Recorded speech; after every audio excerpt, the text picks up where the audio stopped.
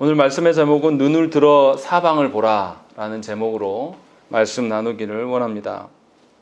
우리가 지난주에 이 아브라함의 가족들이 애굽으로 내려갔다가 거기서 이제 기근으로 내려가게 되었고, 그 일들로 인하여서 아내를 빼앗길 위험에 처하게 되었음을 우리가 말씀을 통해서 보았습니다.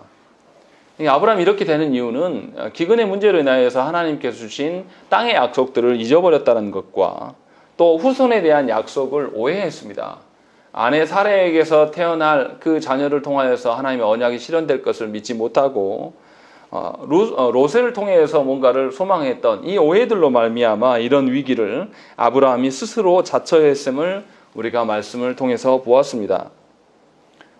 놀라운 것은 하나님께서는 이런 약속을 주셨음에도 불구하고 사람이 약속에 대해서 자기만의 기대 또 자기만의 오해로 불구함에도 불구하고 하나님께서는 가나안 땅과 후손에 대한 약속을 다시 실현될 수 있는 기회를 제공하고 있습니다. 그래서 아브라함을 가나안 땅으로 지금 되돌아오게 하고 계신다는 것입니다. 그럼 하나님께서 다시금 이 언약을 실현할 수 있도록 기회를 주실 때에 아브라함이 어떻게 반응하고 있는가를 우리가 살펴야 될 필요가 있습니다. 그것이 오늘 말씀의 주된 내용이에요.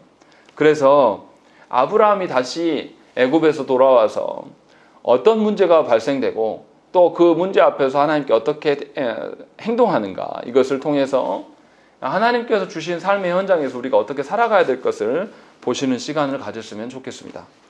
먼저 1절부터 4절에 보시면 가나안에서 다시 시작하게 된 어떤 그 여정을 그리고 있습니다. 그래서 아브라함이 애굽에서 베델로 가는 과정을 그리고 거기에서 하나님께 제단 쌓는 것을 설명하고 있습니다. 아브라함은 하나님께서 그 주신 약속에 대해서 오해했습니다.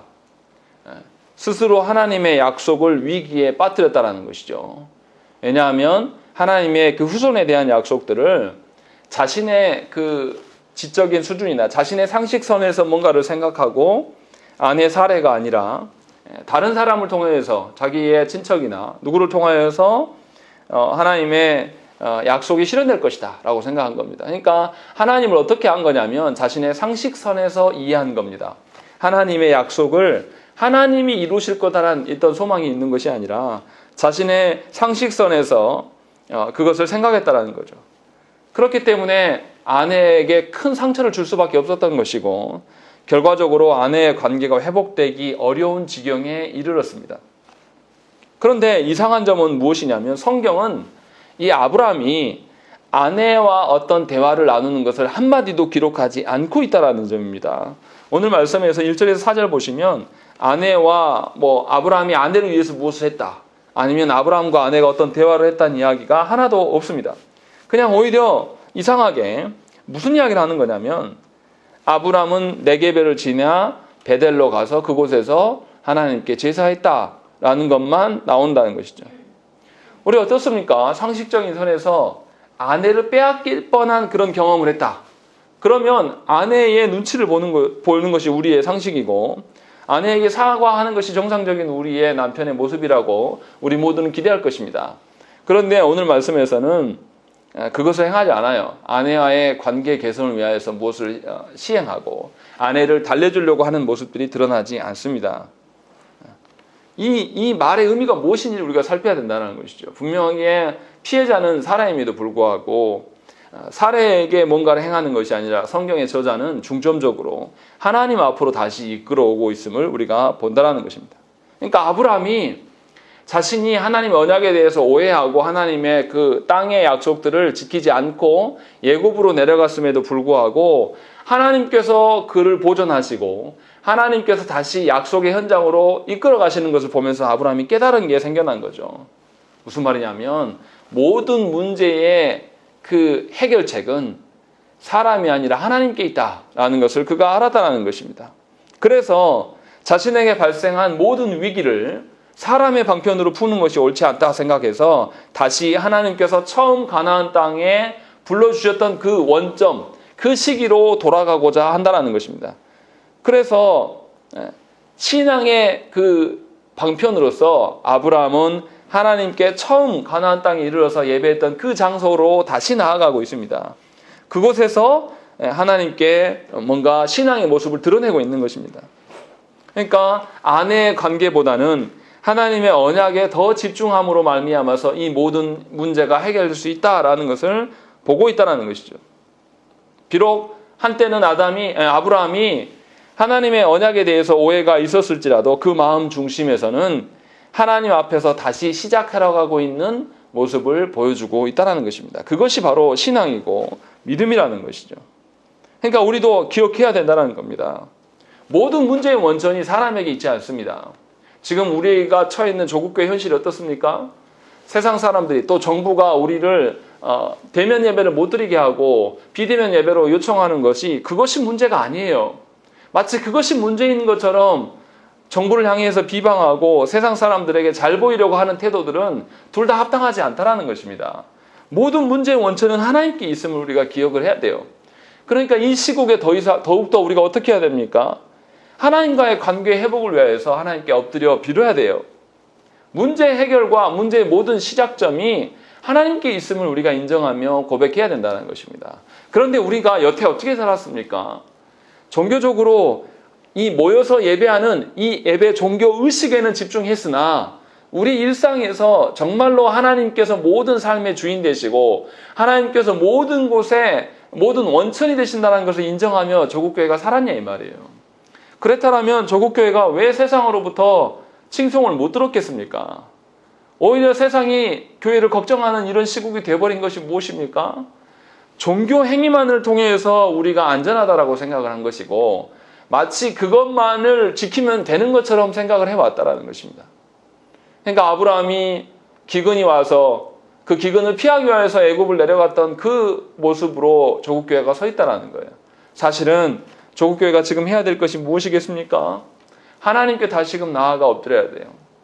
초심으로 돌아가서 하나님이 어떻게 우리에게 복음을 주셨고 어떻게 이 땅에 복음이 들어와서 우리가 교회되게 되었는가, 이것이 얼마나 영광스러운 자리인가를 우리가 알아야 된다는 것입니다. 그래서 하나님께 더 나아가야 되는 것이 우리가 해야 될 마땅한 태도임에도 불구하고 우리의 현실은 그러지 못하고 있는 것이라는 거죠. 그런데 이제 이렇게 하면 하나님께서 모든 문제를 해결해 주시느냐? 정말 그랬으면 좋겠는데 문제는 그렇지 않다는 거죠. 아브라함이 이렇게 하나님과의 관계 회복을 위해서 열심히 노력하고 있는데 창세기 저자는 이상한 부분을 기록하고 남겨놓고 있습니다. 뭐라 그러냐면 5절 말씀 우리 한번 읽겠습니다. 시작. 아브라함의 일행 롯도 양과 소와 장막이 있으므로. 예, 거기 보시면 아브라함의 일행 롯 이렇게 나와 있는 것입니다. 분명히 창세기 12장 5절에서 보시면 아브라함은 하란에서 가나안 땅으로 이주할 때에 아브라함, 사레, 롯 그리고 소유의 순서로 기록을 했습니다. 그런데 오늘 1절 말씀 보시면 뭐라고 되어 있냐면 아브라함, 그 다음에 그의 아내, 모든 소유, 롯 이 순서가 바뀌어 있다는 것입니다. 다시 말하면 아브라함의 입장에서 중요도가 바뀌어 있는 거예요.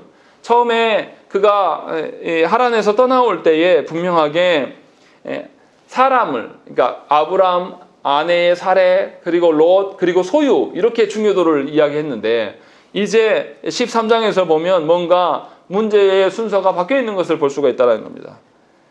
아브라함과 사레와 소유와 그 다음에 롯 이렇게 되어 있는 것입니다.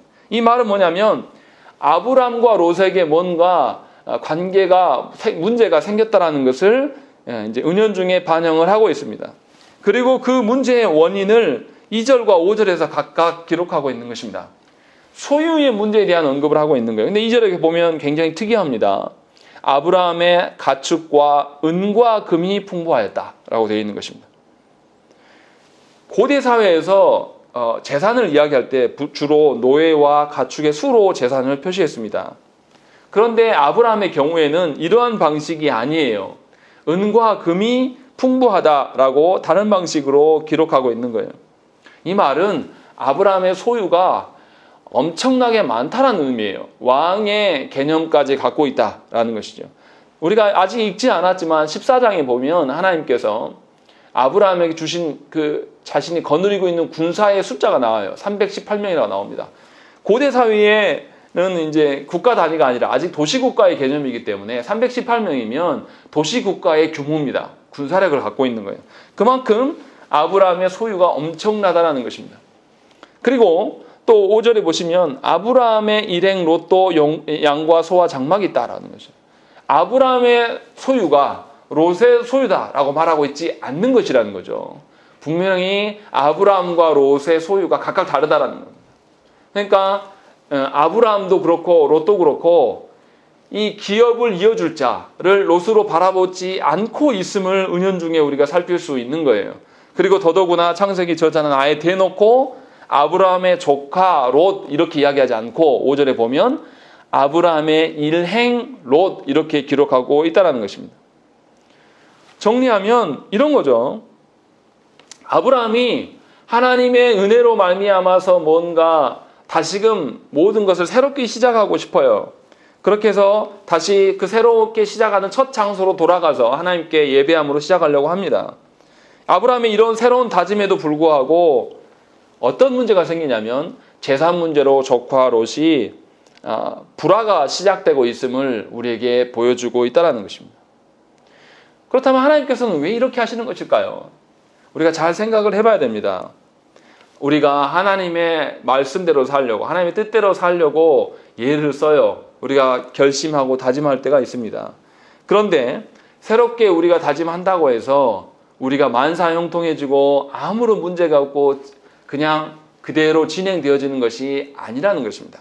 하나님께서는 분명하게 우리 안에 어떠한 문제가 있기 때문에 그 문제를 다시금 해결하시기 위해서 우리를 다루신다는 거예요. 오히려 하나님 말씀 앞에서 다짐하는 자들에게 그들의 죄의 문제, 아직 해결되지 않은 은밀한 죄의 문제를 더더욱 다루시기 위하여서 하나님께 다짐하고 있는 자들에게 어떠한 문제를 발생케 하신다는 것입니다. 문제는 하나님께서 어떤 부분을 다스리신지 우리가 알 수 없다는 거예요. 그래서 우리가 어떻게 생각하냐면 왜 내가 하나님께 결단하려고 했는데 하나님이 도와주셔야지 왜 나를 어렵게 하는 것일까? 이런 생각이 많이 든다는 것입니다. 그 점에서 우리가 하나님을 더욱 신뢰해야 돼요. 우리가 알지 못하고 깨닫지 못해도 하나님이 합당한 이유가 있으셔서 그 일들을 행하시는다라는 그런 믿음이 있어야 된다는 것입니다. 분명히 오늘 본문에 그게 나타나요. 오늘 본문에 불화에 대한 어떤 근거가 생겨나는 것이고 이거 아브라함과 롯이 이 일들로 인하여서 이제 두 사람이 갈라지는 거예요. 이제 서로 분가하게 되는 일들이 생겨나는 거예요. 그런데 그 분가함이 도리어 하나님의 선하심이다라는 것이 뒷부분에 드러나 있다는 것입니다. 이제 그것을 우리가 한번 살펴보시죠. 그래서 이제 아브라함과 조카 롯이 갈등이 시작되고 있음을 보여주고 있어요. 그래서 롯을 아브라함의 조카라 칭하지 않고 아브라함의 일행이다라고 말하고 있습니다. 아브라함은 롯을 통해서 하나님의 언약이 실현될 것을 기대했었습니다.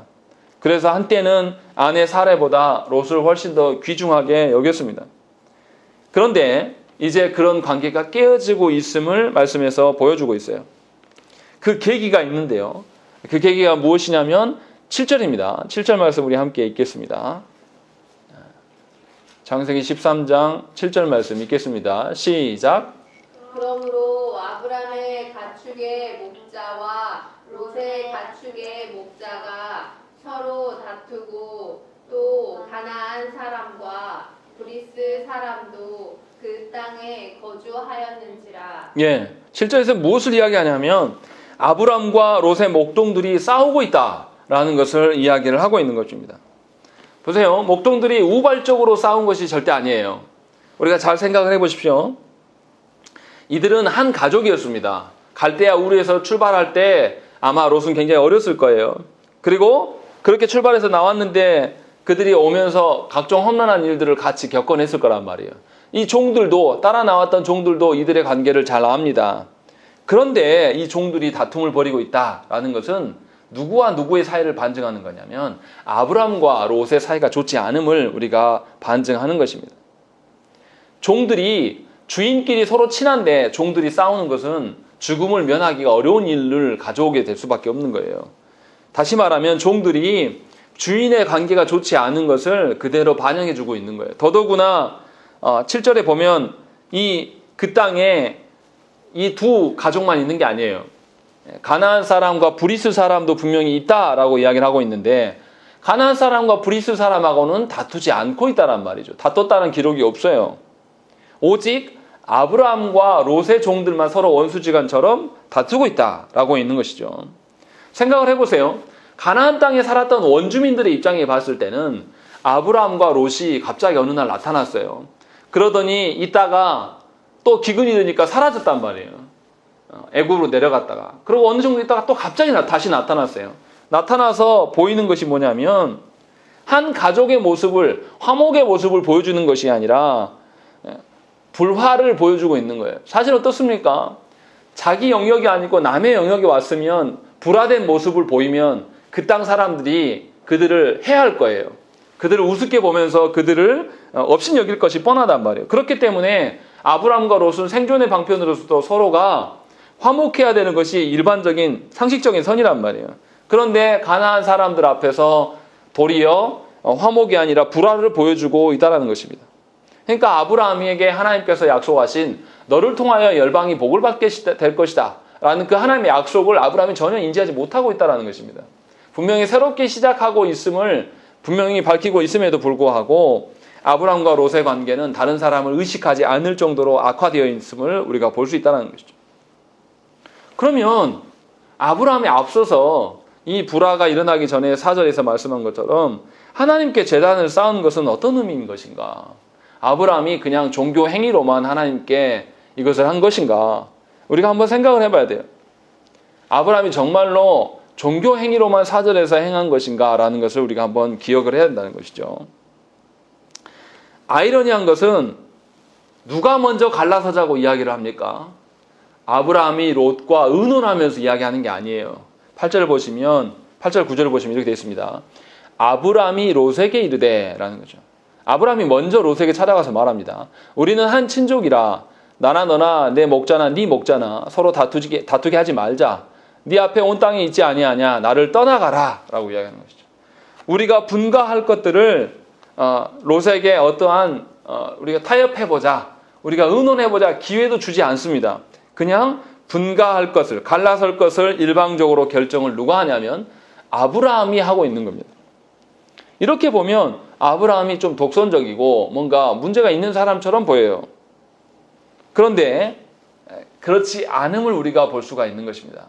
아브라함과 롯 중에 누가 더 윗사람입니까? 아브라함이에요. 그리고 이 문제 해결을 위하여서 다투고 싸웠는데 문제 해결을 위하여서 먼저 나선 것이 누굽니까? 아브라함이에요.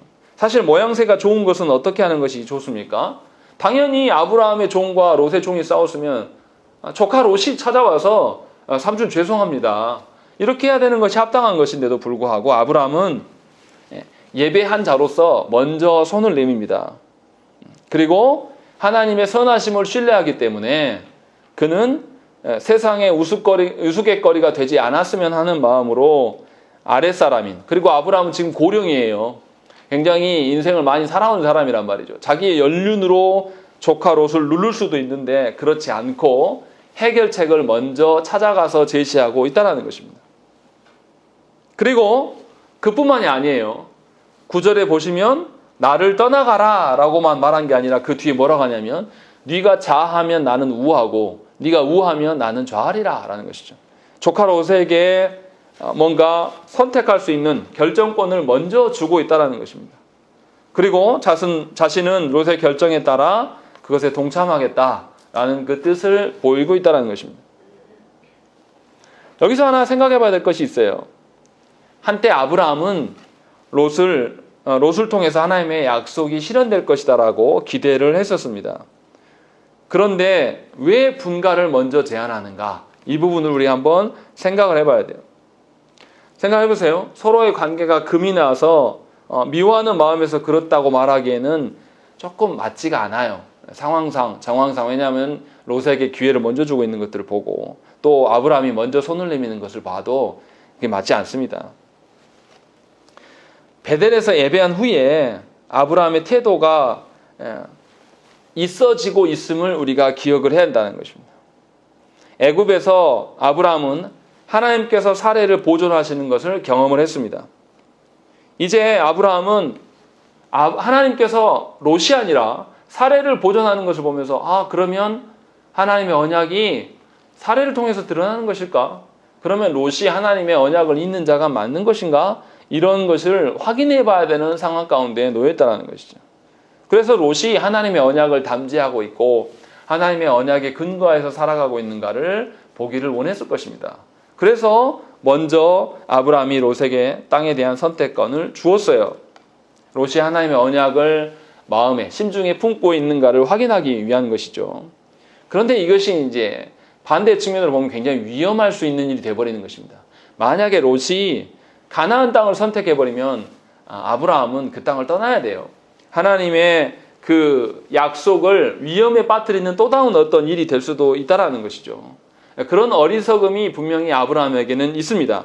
그러나 아브라함이 그 의중이 마음의 중심은 뭐냐면 롯이 어떠한 자인가를 보기 위함인 것이고 하나님께 순종하기 위한 측면에서 이 일들을 하고 있다는 것입니다. 하나님께서 이루시는 그 후손에 대한 약속들, 하나님의 언약이 이루실 것들이 어디에서 이루어질 것인가를 확인하고 거기에 순종하고 싶어하는 마음에서 출발한 일이라는 것입니다. 여기서 우리가 한번 생각을 해봐야 될 게 있어요. 우리는 아무리 지혜로워도 하나님 앞에서 늘 하자가 있는 존재들입니다. 문제가 있는 존재들이에요. 그렇기 때문에 우리가 하나님께 순종하는 것, 우리가 하나님께 행하는 것이 완벽할 것이고 우리가 기대대로 될 것이다라고 생각하는 것이 어찌 보면 교만일 수가 있다는 것입니다. 그것을 지금 창세기 저자는 우리에게 이야기를 하고 있는 거예요. 자, 아브라함이 왜 이렇게 생각하고 있는지가 10절에 이제 분명히 드러나요. 10절에 보시면 뭐라고 되어 있습니까? 우리 한번 읽어보겠습니다.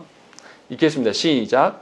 이에 롯이 눈을 들어 요단 지역을 바라본즉 소알까지 온 땅에 물이 넉넉하니 여호와께서 소돔과 고모라를 멸하시기 전이었으므로 여호와의 동산 같고 애굽 땅과 같았더라. 예, 아브라함이 롯에게 분가하자라고 말하고 땅을 선택할 수 있는 기회를 준 이유가 분명 여기 나오는 겁니다.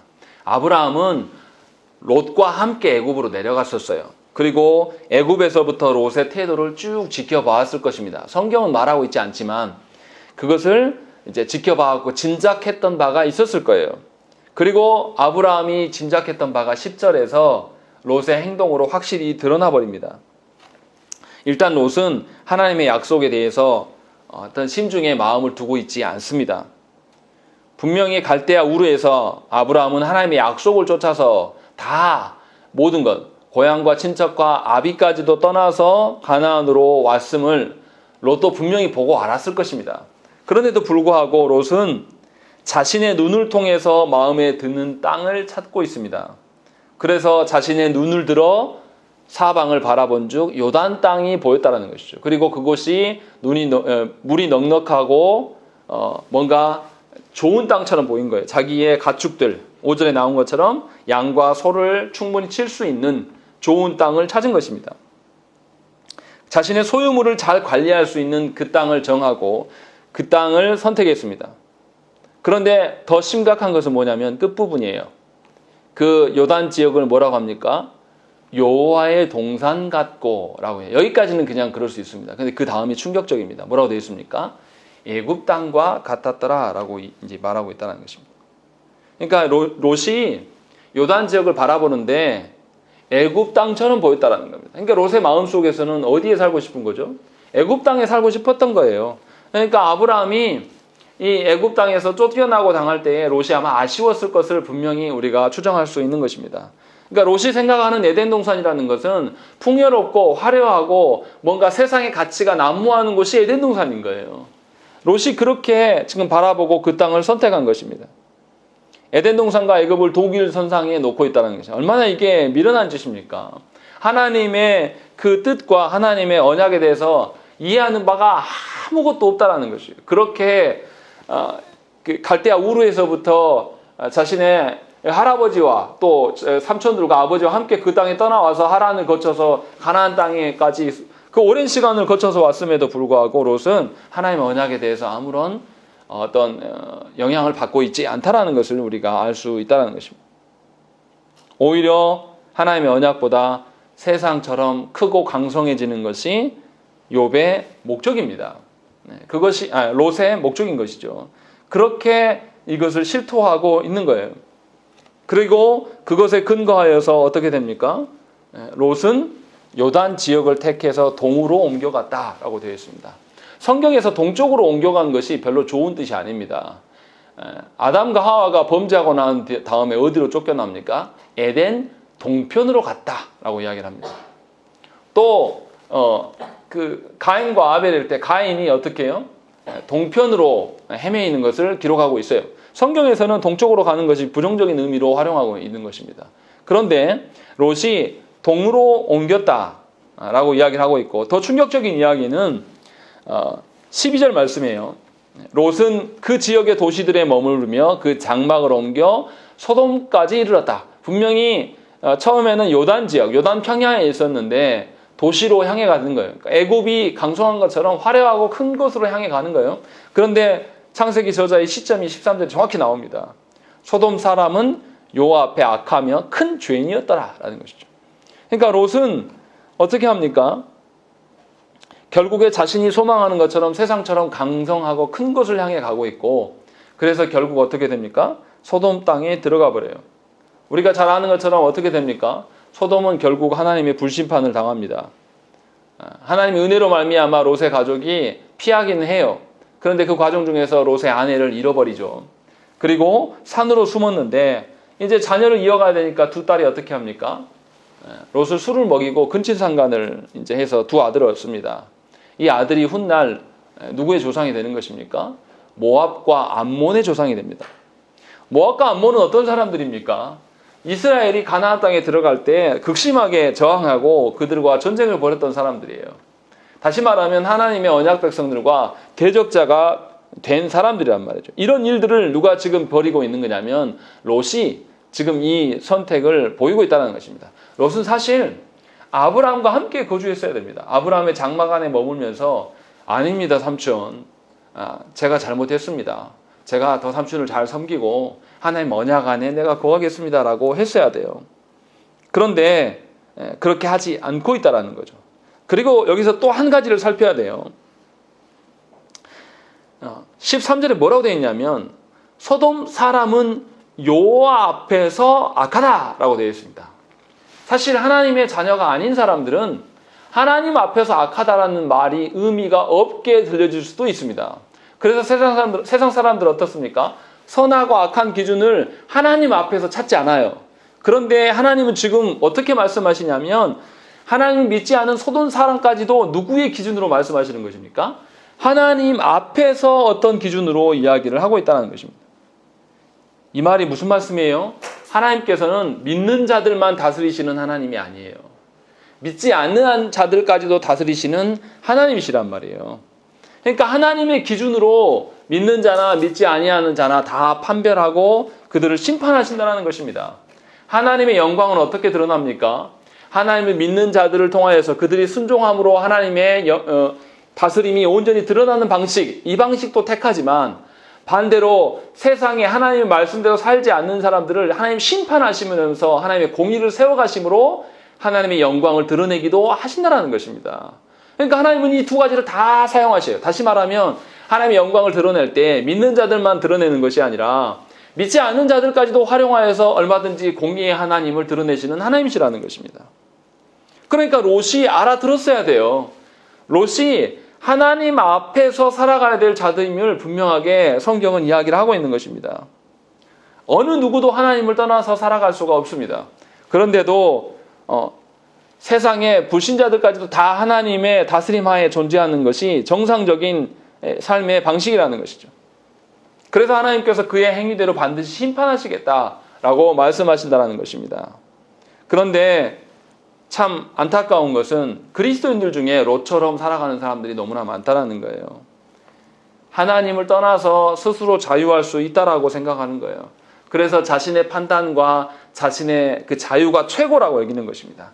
자신이 조금만 불편한 상황에 놓이면 하나님이 없다라고 말하고 하나님 계시다라면 우리에게 어떻게 이렇게 할 수 있습니까? 라고 말한다는 것입니다. 이것은 본인이 피조물인 것을 부인하는 거예요. 본인이 하나님과 동격이라는 것을 말하고 있는 것입니다. 다시 말하면 자신이 본대로 세상살이하고 자신이 경험한 대로 판단한 대로 근거해서 뭔가 그것이 최고의 가치인 양 살아가는 것은 하나님을 우습게 여기는 거예요. 하나님의 영광과 반대되는 그런 것들을 보인다라는 것입니다. 그런 점에서 우리가 한번 생각을 해봐야 돼요. 내 어떤 소견과 내 의견대로 세상을 바라보면서 눈을 들어서 세상을 바라보면서 살아가는 것이 과연 하나님 앞에서의 합당한 삶인가? 사실 아니죠. 엄청난 교만입니다. 그런데 이러한 모습을 누가 보입니까? 세상은 관두고 성도들이 보이고 있는 것입니다. 하나님께서 이 코로나의 질병을 누가 주셨습니까? 하나님께서 주셨단 말이에요. 하나님께서 주신 거면 당연히 하나님의 선하신 뜻이 그 가운데 있을 거예요. 목적이 있을 거란 말이에요. 그러면 우리가 하나님의 뜻에 부합해서 하나님께 물어야 되는 일에 열심을 해야 되는데 지금 조국 교회가 누구와 싸우려고 하는 것입니까? 세상 사람들하고 싸우려고 하는 거예요. 이게 얼마나 하나님 앞에 교만한 것입니까? 하나님을 떠나서 세상 사람들의 방식들에 대해서 거부하면서 하나님이 마땅히 이유가 있으셔서 하나님의 질병 주심에 대해서 묻고 그것을 구해야 되는데 하나님의 다스림 하에 순종의 모습을 보여야 되는데 그렇지 않은 거죠. 자신이 하나님입니다. 그래서 뭐라고까지 이야기합니까? 예배 드리면 질병 안 걸린다고 이야기합니다. 자신이 기도해주면 질병이 낫는데요. 그 사람이 하나님의 자녀라고 하나님의 다스림을 인정하는 사람이라고 말할 수 있을까요? 그렇지 않다는 것입니다. 하나님은 우리뿐만 아니라 세상 사람들도 전부 다 다스리시는 하나님이에요. 그렇기 때문에 세상이 교회를 이길 수가 없어요. 세상이 교회를 향해서 요청하는 것은 하나님의 다스림의 그 선 안에서 요청할 수밖에 없는 것입니다. 그 경계를 넘어서게 되면 누가 나서서 막으십니까? 하나님이 나서서 막으신다라는 거예요. 그런 믿음이 교회 안에 없다라는 거예요. 특히 조국교회 지도자들 가운데 그런 모습이 전혀 보이지 않다라는 것입니다. 하나님께서 사례가 이 바로 왕에게 붙잡혀 갔을 때 어떻게 하셨습니까? 하나님이 직접 바로에게 나타나셔서 그를 꾸중하셨어요. 그리고 그 집에 재앙을 내리셨단 말이에요. 하나님 이렇게 하실 수 있는 분이에요. 조국교회가 대면 예배를 못 드린다고 해서 망하고 없어지지 않는단 말이에요. 하나님의 다스리심을 신뢰하지 않기 때문에 그런 사람들이 끝까지 대면 예배를 고집하면서 교회가 이 질병의 온상이 돼버린 겁니다. 하나님의 이름을 아주 땅바닥에 떨어뜨리고 부끄럽게 여김을 알아야 될 터인데 그렇게 행하지 않는 거예요. 롯이 그래서 어떻게 합니까? 자신의 욕망을 따라서 소돔까지 가버린 거예요. 죄악의 길들을 위하여서 자신이 보기에 합당한 것을 찾아가면 그렇게 되는 겁니다. 조국교회 지도자들도 마찬가지예요. 자신의 권세와 세상 사람들 앞에서 자기의 입지를 드러내는 일에 몰두하기 시작하면 더 이상 하나님의 영광으로서의 설교자나 하나님의 영광을 드러내는 목회자로서 서는 것이 아니라 세상을 향해 갈 수밖에 없다는 것입니다. 그것을 저와 여러분들이 분명히 알아야 된다는 것이에요. 결국 롯은 떠나버렸습니다. 그리고 이제 아브라함은 롯과 분리되었어요. 그런데 하나님께서 어떻게 했습니까? 아브라함을 통해서 아브라함의 복의 통로가 됨으로 말미암아 열방이 하나님의 언약 가운데 거하게 될 것이다. 복이 될 것이다. 라는 것을 이야기를 했는데 롯이 하나님의 약속에서 이제 완전히 벗어난 겁니다. 다시 말하면 정리하면 이런 거예요. 앞에서 이야기한 것처럼 아브라함이 이 베델로 올라가서 다시금 거기에서 하나님의 언약을 새 출발하는 가나안 땅에서 새로운 시작을 하고 싶으신데 그렇게 했는데 하나님께서 조카 롯과 불화를 일으킨 이유는 뭡니까? 롯이 하나님의 백성이 아니에요. 그렇기 때문에 갈라내는 것입니다. 우리가 창세기 계속 1장부터 쭉 읽어왔을 때 하나님이 계보가 있고 그렇지 않은 계보가 있지 않습니까? 하나님께서 당신의 계열들을 지키기 위해서 언약 백성들을 지키기 위해서 늘 갈리웠어요. 창조의 질서도 어떻습니까? 하나님께서 구분지어서 구별되게 하심으로 말미암아서 하나님의 그 가치들을 질서들을 세워가셨다는 거예요. 그러한 연장선에서 볼 때 하나님의 자녀답게 살려고 우리가 결단하고 그대로 살려고 하는 사람들에게 어려움과 괴로움이 일어나는 것은 하나님의 선하신 구별이 일어나는 것임을 분명히 알아야 된다는 것이죠. 조국 교회에게 세상이 대면 예배를 요청하고 무엇인가 있을 때 하나님의 선하신 뜻이 있음을 발견하고 그것을 신뢰함으로 우리가 걸어가야 된다는 것이죠. 그래서 하나님께서 아브라함의 이 적적한 마음이 들었던 이 아브라함에게 나타나셨어요. 그래서 14절에 뭐라고 합니까? 롯이 아브라함을 떠난 후에 조카를 떠나보내고 이제 굉장히 마음이 허통할 거 아닙니까? 그에게 여호와께서 나타나셨어요. 그리고 뭐라고 하십니까? 너는 눈을 들어 너 있는 곳에서 북쪽과 남쪽 그리고 동쪽과 서쪽을 바라보라 라는 것이죠. 뭐 보라는 것입니까? 하나님이 약속하신 땅, 가나안의 그 약속의 증표들을 보라는 것이에요. 다시 말하면 인간적인 눈으로 봤을 때 좋고 아름답고 사람들로부터 인정받는 그것을 보라는 것이 아니라 눈을 들어서 하나님의 선하심을 보라는 것이죠. 하나님의 약속하신 가운데 선 것을 보라는 거예요. 그것이 지금 저들 가운데 있을 수 있다라고 말씀하고 있다는 것입니다. 그것이 우리가 해야 될 일이에요. 그래서 하나님께서 그것을 보여주고 있다는 것입니다. 그리고 하나님의 언약에 대해서 오해를 풀어주기 위해서 15절에 뭐라고 되어 있습니까? 보이는 땅을 내가 너와 네 자손에게 주겠다라는 것이죠. 무슨 말씀입니까? 하나님께서 이 아브라함이 롯에게 언약을 소망하는 것을 너무나 잘 아시고 다시금 재차 너와 네 자손이다 라고 확실하게 보여주고 있어요. 그리고 네 자손이 셀 수 없을 만큼 많아질 것이다 라는 것을 16절에서 또 이야기를 하고 있는 거예요. 그리고 17절에 뭐라고 합니까? 이제 하나님의 눈으로 바라보는 이 사방을 볼 때에 너는 종으로 횡으로 두루 다니면서 하나님의 언약을 확인해라. 내가 이것을 모든 것을 주겠다라고 말씀하고 있는 거예요. 그래서 무슨 이야기를 하시는 겁니까?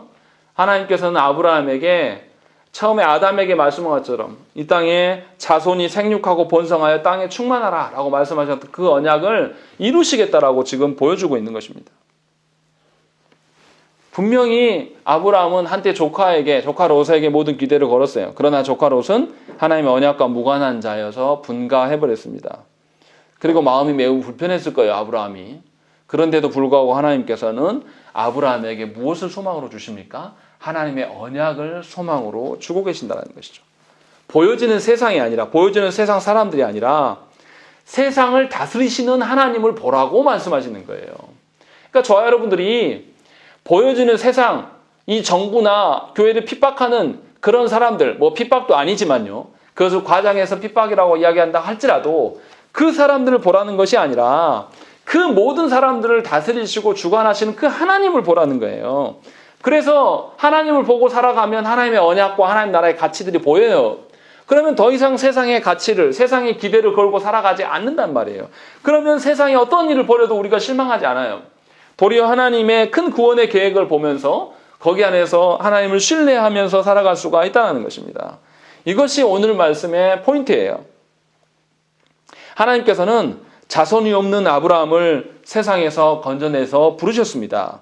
그리고 고향과 친척과 아버지 집을 떠남으로 새로운 하나님 나라를 만드시겠다고 약속하셨습니다. 하나님께서는 죄로 가득 찬 세상에서 창조를 회복하시기 위해서 죄를 완전히 제거하는 나라를 만드시고자 하셨습니다. 그리고 이를 위하여서 아브라함을 통해서 세워지게 될 나라를, 그 나라를 통하여서 참된 복이 임할 것을 분명히 말씀하셨다는 것이죠. 그리고 이 나라의 후예들로 바로 우리 교회가 있는 거예요. 그러니까 교회는 하나님의 언약을 실현함으로 말미암아 하나님을 신뢰하게 함으로 말미암아서 하나님의 복을 세상 가운데 전하는 존재란 말이에요. 그렇기 때문에 교회는 하나님의 그 죄를 다스리심과 연장선에 서 있어야 돼요. 교회는 죄에 대해서 회개할 줄 알아야 됩니다. 또 교회는 죄를 다스려야 되는 거예요. 하나님께서 우리에게, 가인에게 요청하셨던 것처럼 문 앞에 이른 죄를 다스려라. 죄가 너를 잡아삼키려고 하는데 그 죄를 다스리라고 말씀하신 것처럼 교회에게 죄를 다스리라고 말했어요. 그런데 조국교회 현실 어떻습니까? 도리어 죄에 대해서 아주 연약해요. 죄에 대해서 굉장히 무기력한 교회가 돼버렸단 말이에요. 그래서 그런 상황 가운데 놓여 있어요. 오히려 교회가 세상을 닮아서 세상처럼 거대해지기를 원하고 세상과 싸워 이겨서 군림하려고 하는 태도들을 갖고 있다는 것입니다. 이 사람들이 교회라고 말할 수 있겠습니까? 이런 사람들이 정말로 하나님의 그 언약 안에 선 사람들, 죄를 다스리기를 소망하는 그런 사람들이라고 말할 수 있겠습니까? 이 사람들은 다 거짓된 자들이고 하나님과 상관없는 거죠. 롯이 아브라함의 조카였고 친척이었으나 결국 롯의 후예들은 하나님에 대적하는 민족이 되어버렸습니다. 그런 것처럼 교회된 자들이 회개할 줄 모르고 죄들을 다스리는 데에 열심을 내지 못한다라면 하나님과 무관한 자들이 될 수밖에 없고 하나님의 심판의 대상이 될 수밖에 없다는 것입니다. 그래서 세상 사람들이 교회를 걱정하는 지경에 이르렀어요. 교회가 세상에 복이 되려면 어떻게 되겠습니까? 보여주는 현실을 보는 것이 아니라 눈을 들어서 하나님의 시선으로서 세상을 바라봐야 돼요. 하나님의 언약에 근거해서 세상을 바라봐야 돼요. 그러면 무엇을 보겠습니까? 세상의 번성함과 세상의 강대함을 보면서 그것을 따라하고 싶은 것이 아니라 무엇이 보여지기 시작하겠습니까? 세상의 죄를 발견하게 되는 거예요. 그리고 세상의 죄를 발견하는 것은 자들은 어떻게 해요? 죄의 문제를 스스로 해결할 수 없게 다시 어떻게 합니까? 하나님께 머리를 조아리며 하나님 앞에서 응대하고 하나님만 앞에서 해결해달라고 구하는 모습으로 설 수밖에 없는 겁니다. 그러니까 죄를 잘 다스리는 교회는 하나님께 순종할 수밖에 없는 것이고 세상에 위로를 줄 수 있는 자들이 될 수밖에 없다는 것입니다. 그러니까 저와 여러분들이 지금 우리가 할 수 없어서 지금 다 각자가 떨어져서 예배드리니까 얼마나 불편합니까? 저도 어색해요. 지금 저희 자녀들과 저희 아내만 다시 예배를 드리니까 개척했던 첫 딸이 생각나요. 아무도 없는 곳에서 예배드리는 그 괴로움이 뭔지를 알겠어요. 그런데 하나님께서 왜 이렇게 하십니까? 우리가 세상의 눈으로 세상을 보지 말라는 거예요. 그렇게 되면 세상에 거대하고 크고 강성한 거 화려한 것만 보게 되고 그 기준으로 나를 봤을 때는 너무 초라한 겁니다. 아무것도 이루지 못하였고 아무것도 힘이 없는 자처럼 보여요. 그러니까 우리가 낙심하게 되죠. 조국 교회의 지도자들이 지금 그러고 있는 겁니다. 세상에서 힘 있는 자가 되기를 원했고 정치 지도자가 되기를 바랬어요. 목사가. 그렇게 되지 못하면 힘들어하는 것이고. 그러니까 대형교회만 목사고 적은 교회 목사들은 목사도 아니라고 늘 말해왔던 거죠. 본인들 스스로. 그런데 그 결과가 어떻습니까? 하나님 앞에 죄를 다스리는 목사들이 되지 못했습니다. 그래서 조국교회 지도자들이 뭔가 성명서를 내면 분노하는 거예요. 회개할 줄 모르는 자들이 교회일 수가 없다는 것입니다. 저와 여러분들이 분명히 알아야 돼요. 우리가 어떠한 관점으로 우리 눈을 들어서 세상을 바라봐야 되겠습니까?